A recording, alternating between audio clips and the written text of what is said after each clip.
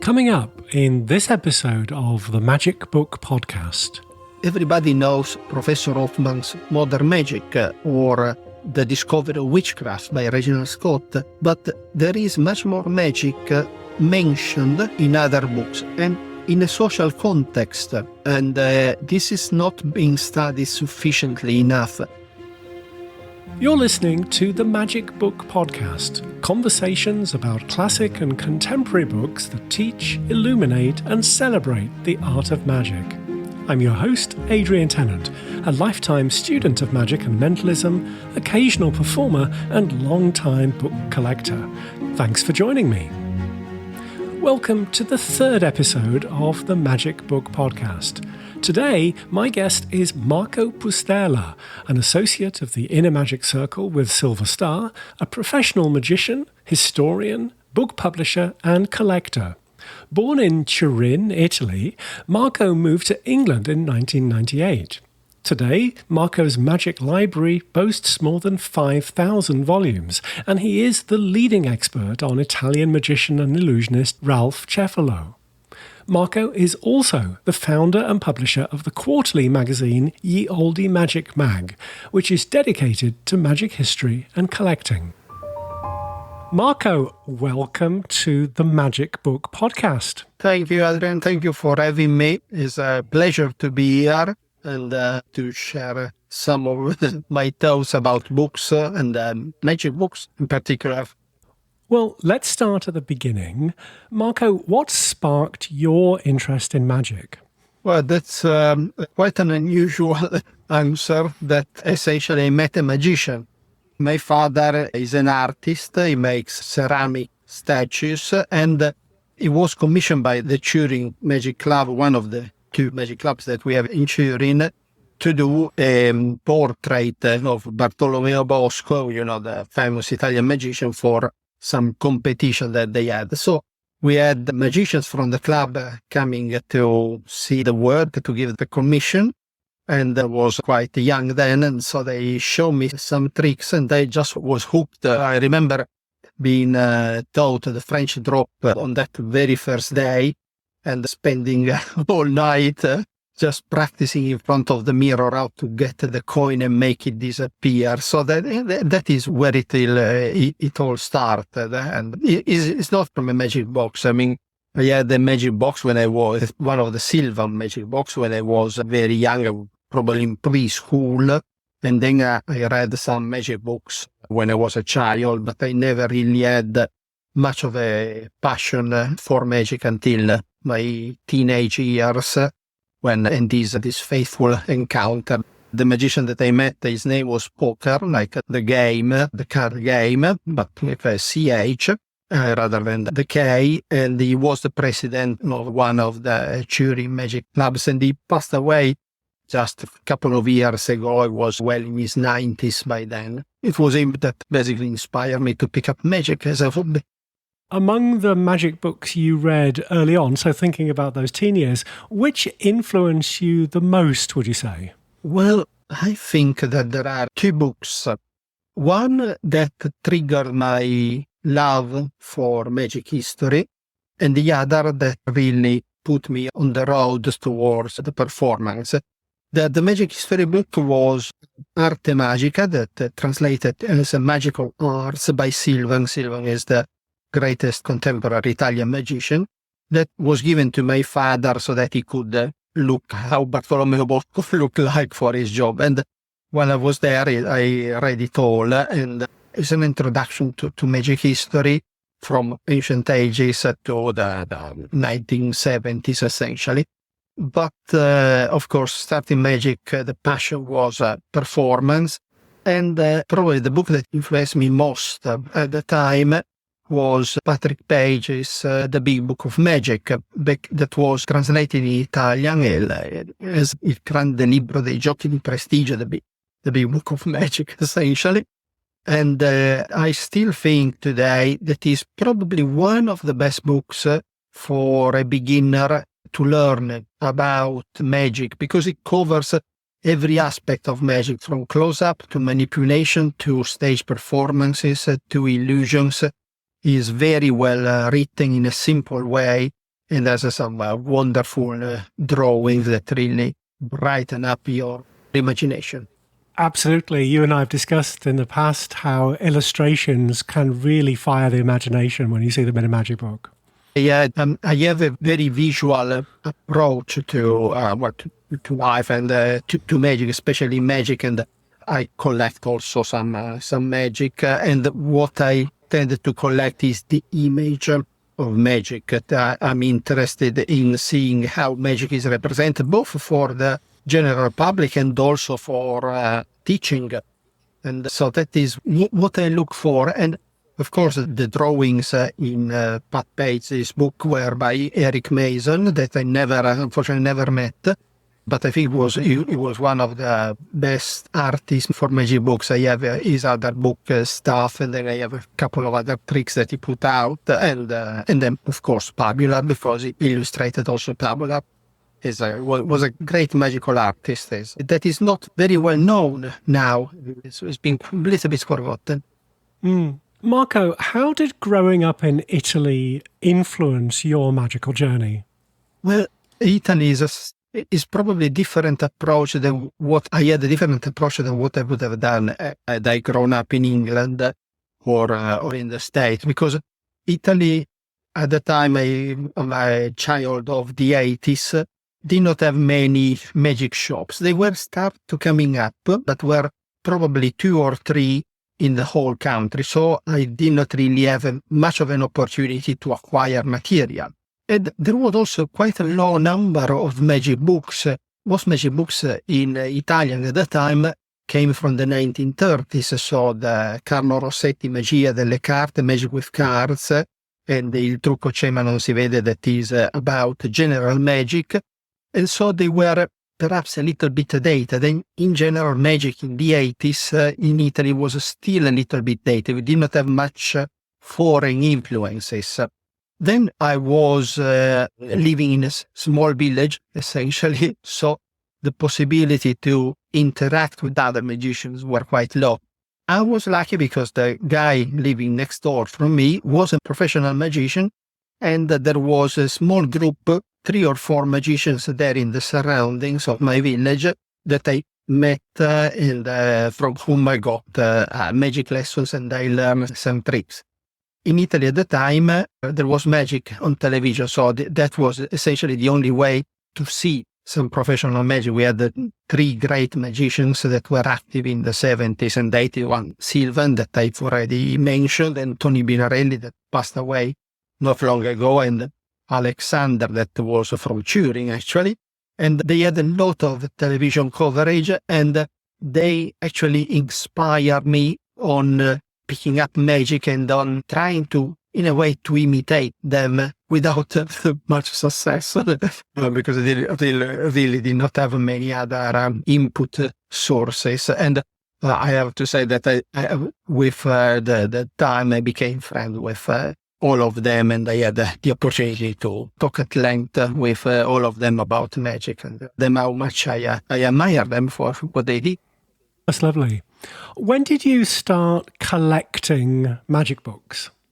Well, I always had a passion in reading. I remember reading essentially every day. I mean, was taking long magic books out of the library in the morning, read them all through the day, and take them back. So I started collect magic books immediately. My collection at the time was not big because, of course, I started to acquire Italian magic books. There were not many, about a dozen, I would say.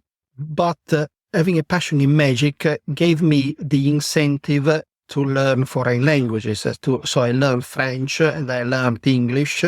And so I started to purchase books from abroad, especially from France, that was close to us. And there was this big magic dealer with that was publishing out, where they were publishing books, and then they started to sell also tricks. And so I was started to get books from them.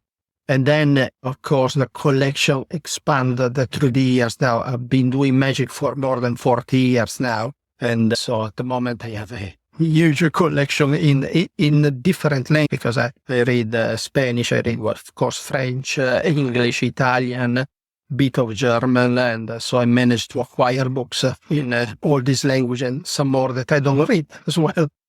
That's fascinating. So you could say that the desire to read magic books in foreign languages actually motivated you to learn those languages. Yeah, definitely, definitely.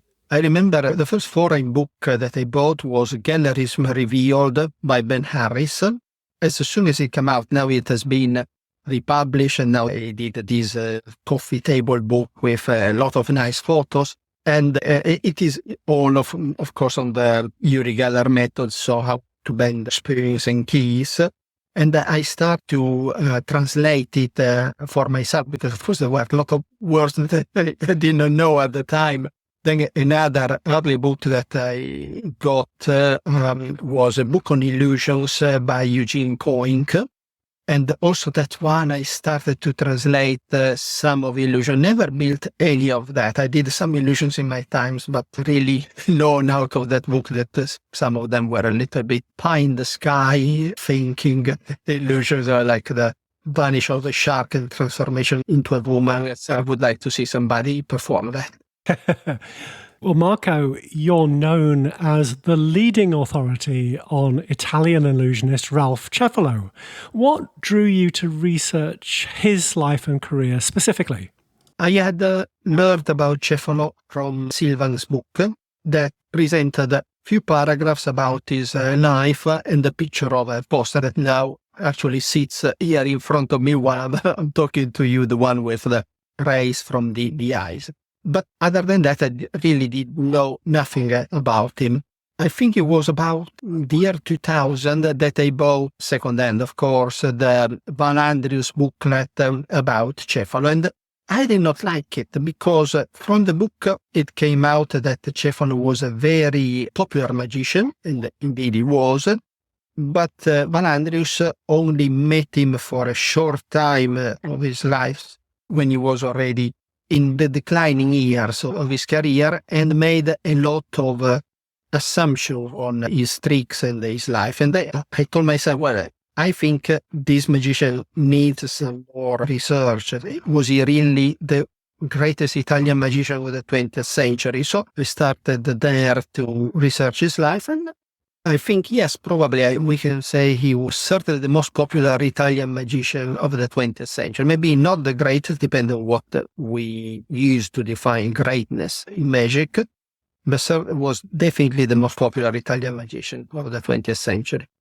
Can you share some original discoveries you've made about Cefalo? Well, we only have got an hour, so that is difficult. I mean, what I did of Cefalo, I managed to discover a lot of his tricks, where he got them from, how he made them, where is his innovation. I discovered, for example, the manuscripts for the published tricks that Will Goldston was supposed to publish in one of the Loft books, and then that Cefalo had him pull. So that was quite interesting, because that were the actual tricks that Cefalo was using in his show. I discovered that there was, surprised me quite a big discovery, of wealth that he accumulated during the war years, and allowed him to buy a huge mansion in Holland. And there is a whole story about that because the house, then he had the problem because he was Italian, so was a persona non grata after the war, so he had a lot of problems, but that's a very long story.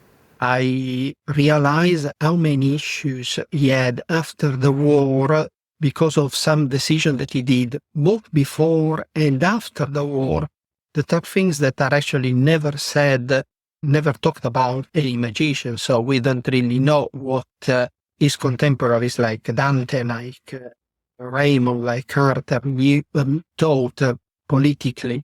I managed to discover what Cefalo thought, that maybe is not strictly related to magic, but is important to understand the person. And I think the person behind the magician is sometimes more important than the magician himself. When we were preparing for this interview, you mentioned to me that you own Cefalo's copy of Exclusive Magical Secrets, the first of the 3 locked books by Will Goldston. How did you track it down? That's, again, another interesting story. Now, Will Goldstone is being advertised in the publication of Exclusive Magical Secrets that, for our listeners that don't know it, was published in 1912 and is a thick book with a padlock. It's closed with a padlock, and that you had to sign a document where you said that you were not going to lend the book out, sell the book, explain the tricks, show the tricks described in there. Goldstone has been working on this book for quite a few years. He managed to get by hook or crook methods of tricks by the great magician of the times that they did not give him. So he apparently stole these methods. We're talking about Mascaline, we are talking about Chang Su, we are talking about other great magicians from the early years of the century. And in their publicity around the coming of the book, he said that I have already put away the first copies, the first number copy, there were only 1,000 number copies, for my friends and collaborators. Copy number 1 was for Houdini. And this is another story because he went down to the American Museum of Magic and was then stolen. But that's another story. The second copy was given to George Wetton. George Wetton was the facilitator, let's put it this way, for some of the tricks. The third one to Chang Su, and so on. Copy number 6 was assigned to Cefalo because Cefalo has quite a few number of tricks in the book. And I suspected all my life that he may have lost the book maybe during the war or may have donated to a friend. And this donation to a friend made me try to connect with the friends that he may have given the book to. And of course, they had all passed away by the time I came on the play, but I had quite an idea on who this person may have been. So I managed to contact the estate, and eventually the book, a copy of Exclusive Magical Secrets, was found in this magician's estate, and it was copy number 6. Now, this book is not generally Exclusive Magical Secrets as the name of the owner inscribed on the cover. This doesn't. But this doesn't have another thing. It doesn't have the photo of the Boîtier de Colta apparatus. There is a photo that shows the tool with which Boîtier de Colta built his tricks. And this is because Goldstone explains the illusion of the expanding die. And so I'm actually thinking that Goldstone had a printing problem, that the page was missing. So what he does is say, okay, well, I'm going to give these defective copies to my friends because anyway they don't mind. I gave that one to Cefalo, copy number 6 to Cefalo. Wow. That's quite some detective work right there, Marco. Yes. Yeah. It took me, it has really taken me years to find this volume, but I'm really happy with myself. If you're enjoying this episode of the Magic Book Podcast, please consider leaving a rating on Spotify or a review on Apple Podcasts. You can also follow the Magic Book Podcast on Facebook. Thank you. Marco, you moved to the UK in 1998. Can you describe your experience of becoming a member of the Magic Circle? Yeah. I actually visited the UK the previous year in 97 because I came up actually to interview Uri Geller for a Magic magazine that I was collaborating with at the time. And I went to visit the Magic Circle. When I moved here, I'm in the east of England. I was not aware of the Ipswich Magic Society or the Pentacle Club in Cambridge. The only Magic Club in England that I knew was the Magic Circle. At the time, you could still drive down to London. And I went down, I had a couple of magician friends, member of the circle that I knew, and they introduced me. I did my exam. When I was in Italy, I was a member of the Magic Club in Milan. So I wanted to keep being a member of a Magic Club also in the UK. And I passed my exam and became a member there. I think the following year, I performed in the Close-Up Magician of the Year competition. I was the runner-up, was behind Richard Pinner, and I think the third one was John van der Put, that is now known as Piff the Magic Dragon. And then a few years later, I think about 10 years ago now, I was made associated to the Inner Magic Circle with a Silver Star for performance. I love the Magic Circle. I think it's a great club. It's a great way to mingle with really like-minded people and of very high quality and very high caliber. When I joined the circle, the mentors and people that I met there were the like of Alex Hemsey, of Bobby Bernard, Michael Vincent, and David Berglas. To walk into a room and have these people standing around you was just unbelievable. Or somebody coming from a village in Italy. I can imagine, and I actually have some of Bobby Bernard's books in my own library. In 2006, you published Hauntiques, The Magic of Christian Chelman. Marco, how did this project come about?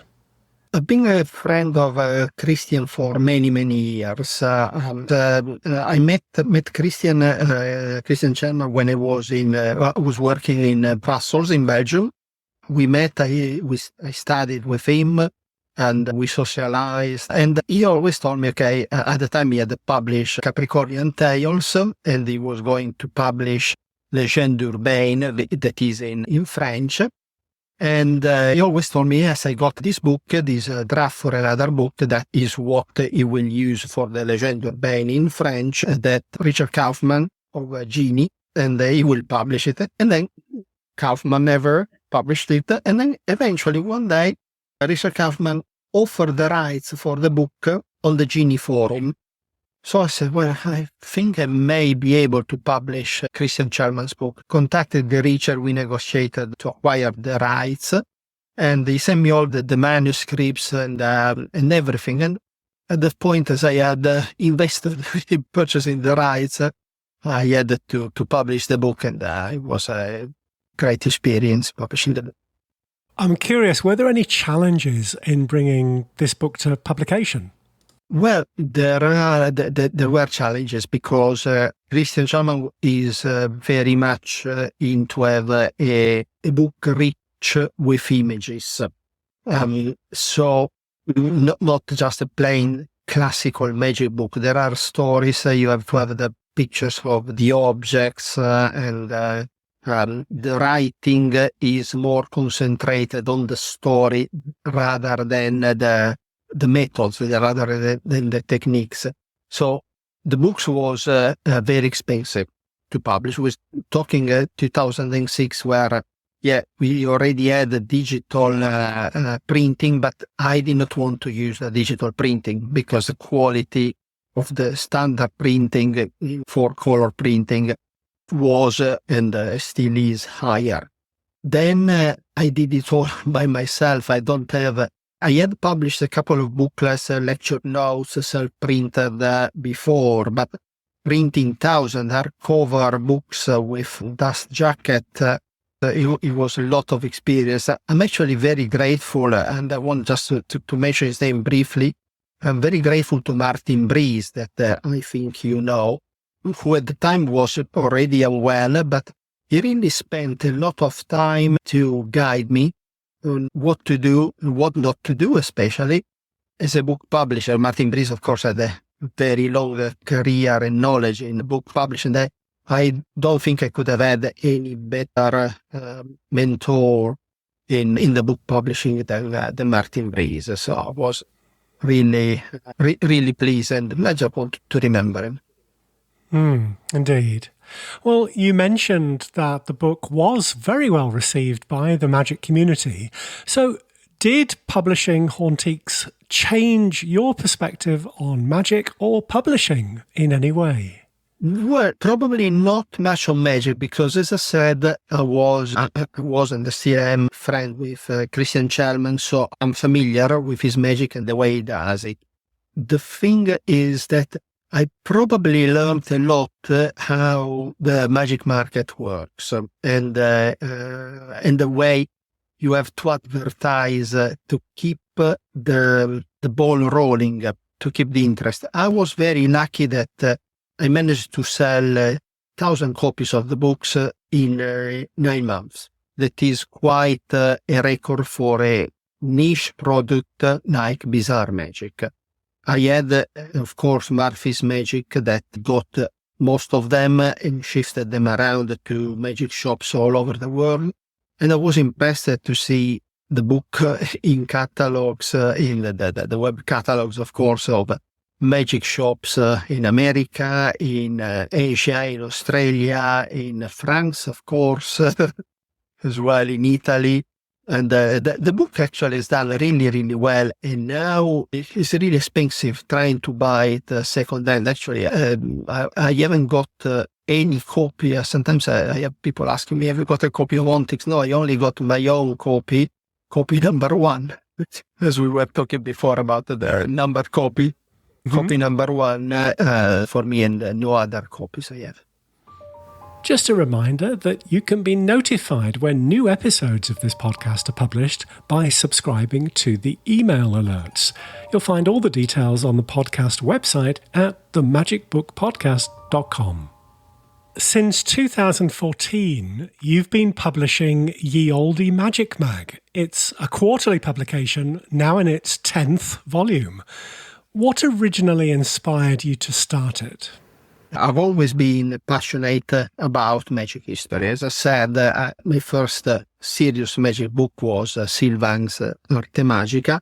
And from then, I've all read and studied the history of magic. And I also have quite a large, let's say, library of magazines. And I can see that between the 1950s to the 1990s, there were on the market a few magic history and magic collecting magazines, which I have files in my library, but this was no longer the case by 2014. Yes, we have Guy Bézières by Bill Kalush, that is, and of course the Conjuring Art Research Center, that is a great publication, but is a journal.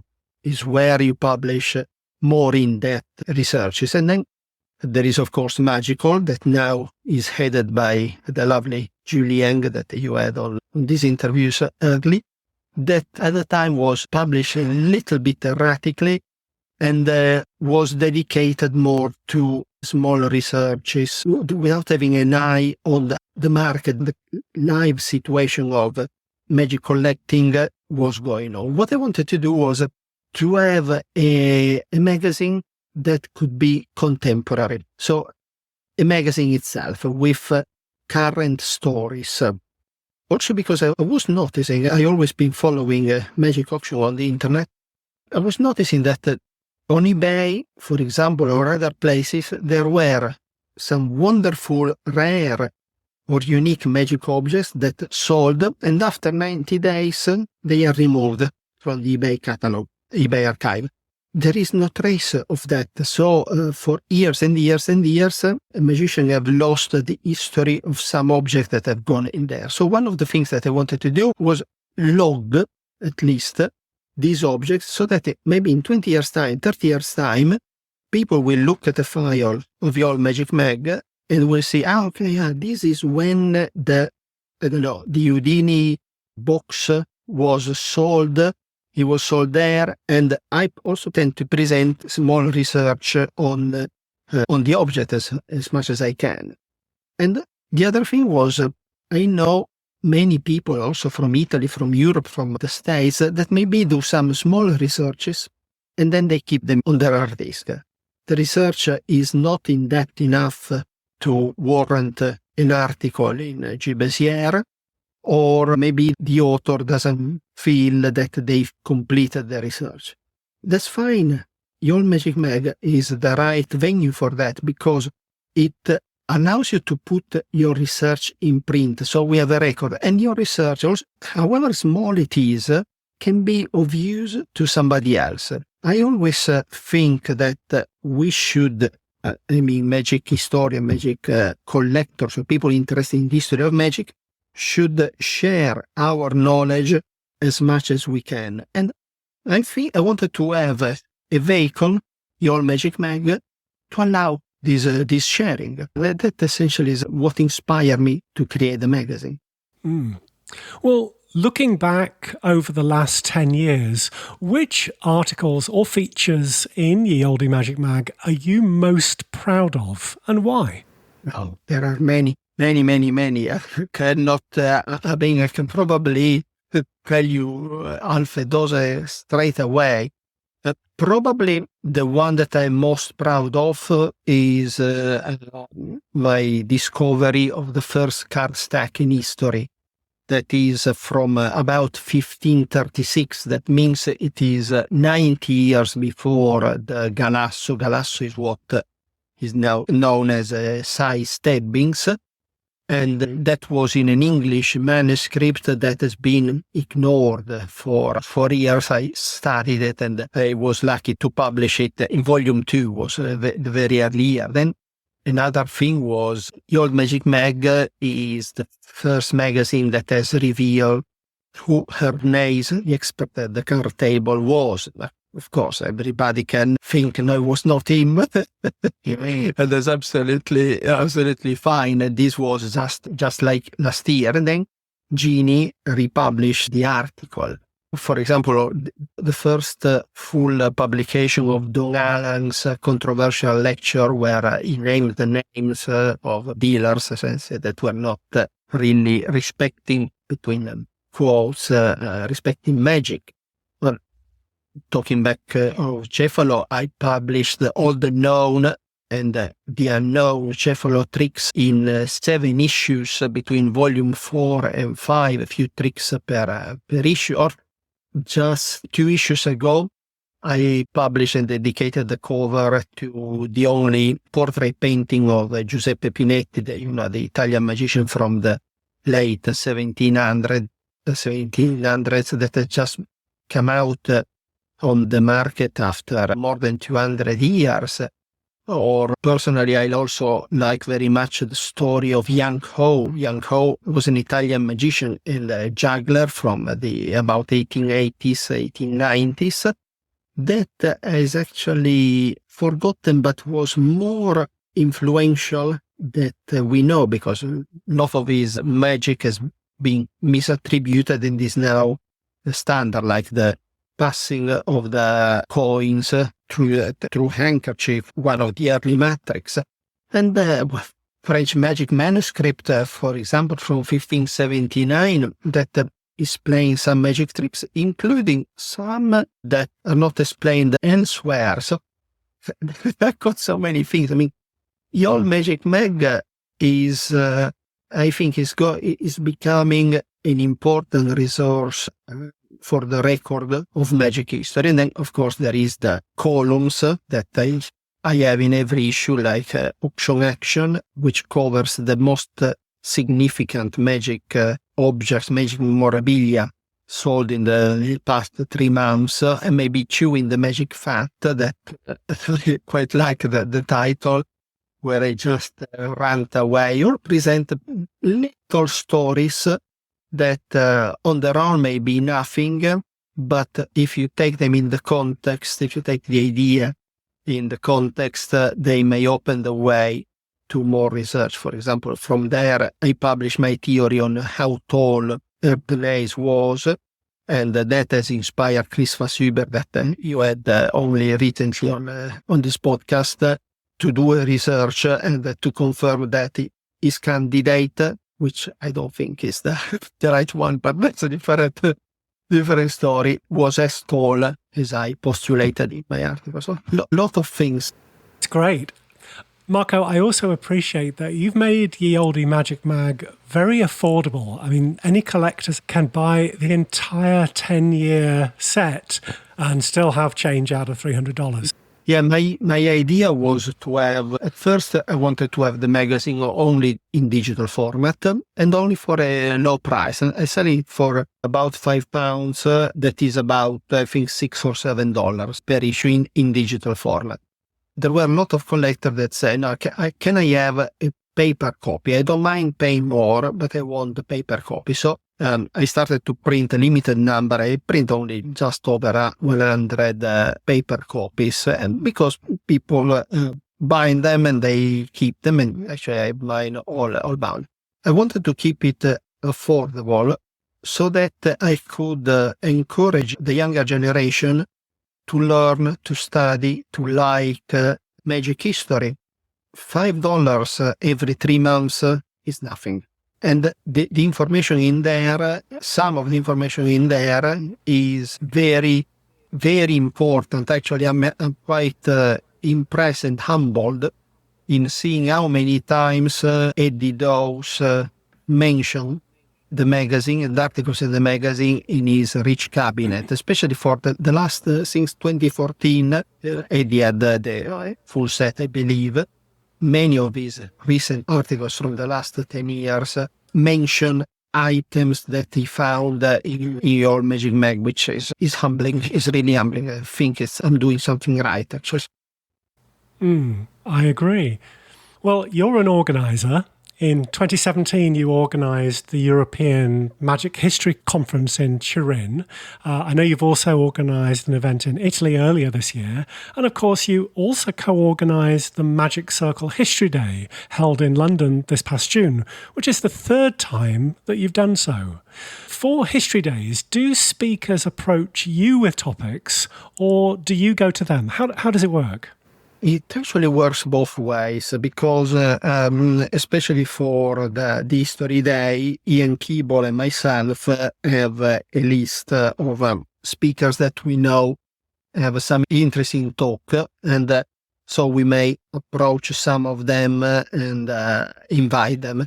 Every year we welcome to have talks submitted, or at least the title and the abstract submitted so that we can consider it for inclusion. We do the same in Italy. The Italian event is, I think we have 6 editions now. Of course, it's in Italian, so it's a little bit smaller, and we have, unfortunately, a smaller pool of speakers to invite, but also the same every year, every edition, we invite people to present their talks for the following editions. One thing that we're doing in Italy and we are trying to do in the UK with the Magic Circle History Day is to involve lecturers or students from university to try to move magic history outside of the amateur historian that is generally a magician into the academic world. In Italy, it's going quite well. In England, we're not there yet. It's something that we are really working on. That's interesting. Are there any areas of magic history that you feel are underexplored? Well, yes. And I realized that by attending magic talks and magic history conventions and reading an awful lot of magic history, more than what is healthy for any person. I think that we have not studied enough the social impact of magic, what magician did for society, to society, and why magic is still an interesting and live pastime. There are a lot of other artistic forms that have basically died out. Magic is still going on. Another thing that is not studied enough is, for example, the research of magic in non-magical records or non-magical books. Of course, everybody knows Professor Hoffman's Modern Magic or The Discovery of Witchcraft by Reginald Scott, but there is much more magic mentioned, not described, but mentioned in other books and in a social context. And this is not being studied sufficiently enough. And that goes back, of course, to the social impact of magic. Why do you have the image of the magician or the witch or the fairy or the wizard? These figures come from the way the society would understand magic. So this, I don't think, is studied enough. On the contrary, there are a lot of things there are many other fields that are overexplored, I think.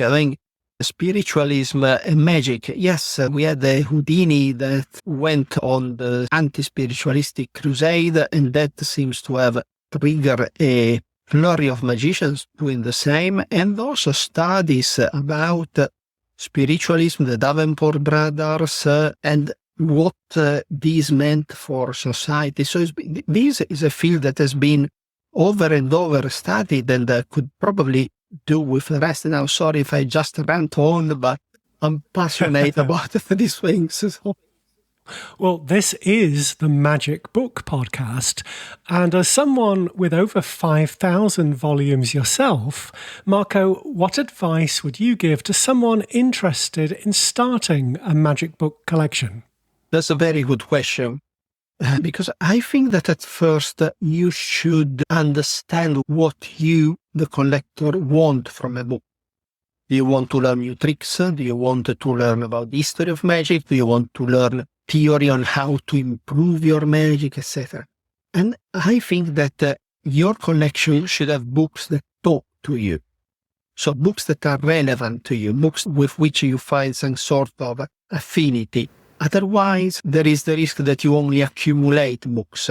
You can decide that, okay, I see this book, I just want it, then I never open it, don't even open it, as I know many collectors do, because I'm just there waiting for the new one or looking the new one or receiving the new one. Also, don't concentrate on the classics. The classics are like, I'm saying, the Hoffman rather than the Discovery of Witchcraft or so on, because if you're looking for information, the classics are all available online in digital form from one place or another. If the classic talks to you, then yes, by all means, have a collection of classic. And also the other thing is that you can, of course, have a collection of antiquarian books, and it's absolutely great, and you're more than welcome. But just make sure that the books are relevant for you, because I think you have to take pleasure from the books that you have. That's great advice. When we were exchanging emails about this podcast, you mentioned that you're currently working on 2.5 book projects. Marco, could you preview them for us? Well, the main one that I have a lot of people asking about is the definitive biography of Jethro. It is a very challenging book to write because I have so much information and I want really to stuff it in the book. I've already got all the years between his birth and 1939 completed, but I still have the other second half of his life to write. But there are so many words, and especially I have so many pictures that it's not going to be a book, not even two, it's going to probably end up being an encyclopedia, and at this point is not very commercially clever. So that is the first project. The other one is something that I'm publishing as an MP Magic for an author. This is more for the general public, also if covers the life and the legend of a magician. It's something that we've been working on for a couple of years, and I hope we may take to the market next year. But for the moment, we're just going to keep shush on that not to spoil the surprise. Okay, that's 2 projects. You also have another half a project, as you described it to me. What's that one? Well, the other half would be a volume of the best of Your Magic Mag. I wanted to publish it for the 10th anniversary, so theoretically should have been the end of the year, but I've started to work on it in a very general way, theoretical way. What I would like to do anyway is publish a volume on bigger format so that I can reproduce the photos better in the larger format, with some of the best articles that I published in the magazine for the past 10 years, plus a couple maybe of new stories. I don't know if it will be the first 10 years, maybe the first 12 years, I don't know. that is still on the drawing board. Also because I really have to estimate the commercial availability. I'm not keen of doing a print on demand because the quality nowadays is much better, but is still miles behind a proper 4-color printing.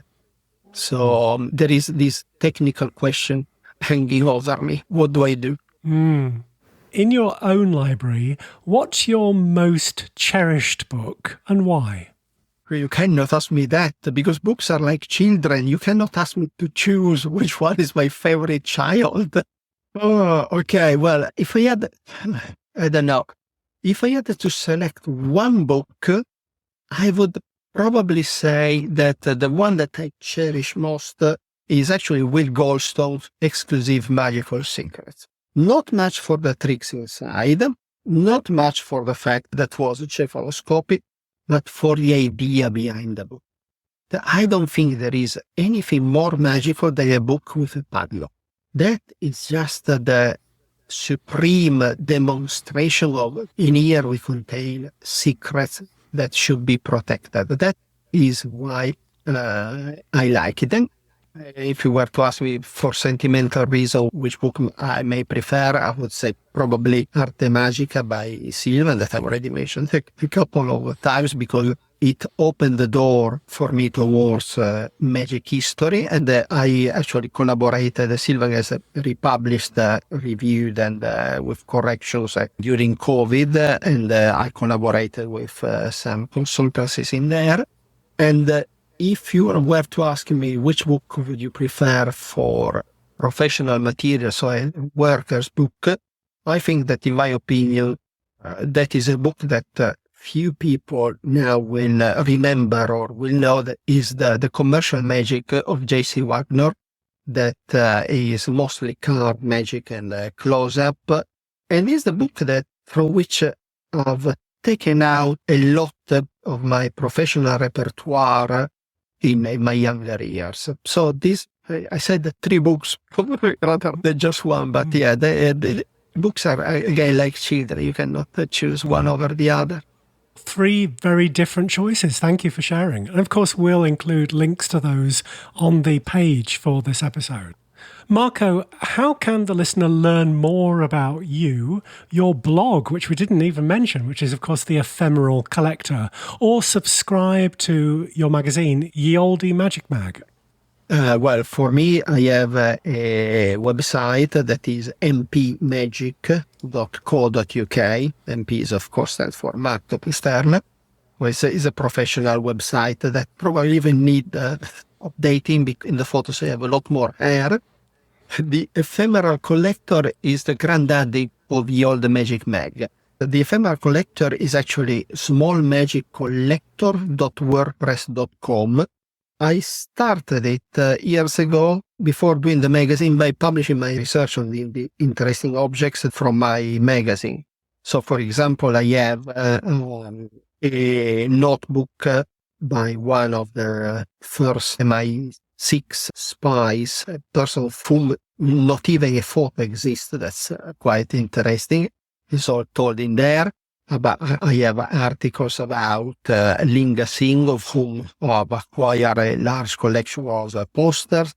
I have an article about the logbooks by Will Goldstone, and a lot of other interesting things. It's all free, that one you can read it out. Unfortunately, I don't update it as much as I would like, because, of course, most of my material now goes in the magazine. And the Old Magic Mag is oldmagicmag.com. We'll probably put the link, it's easier, where in there you can see all the old issues.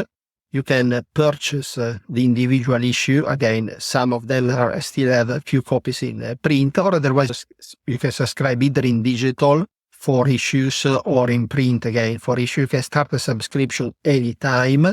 And if you subscribe to the print edition, please just make sure that you select the correct country, because the postage costs are just killing me. So that's, I think you're going to put the links in under this podcast.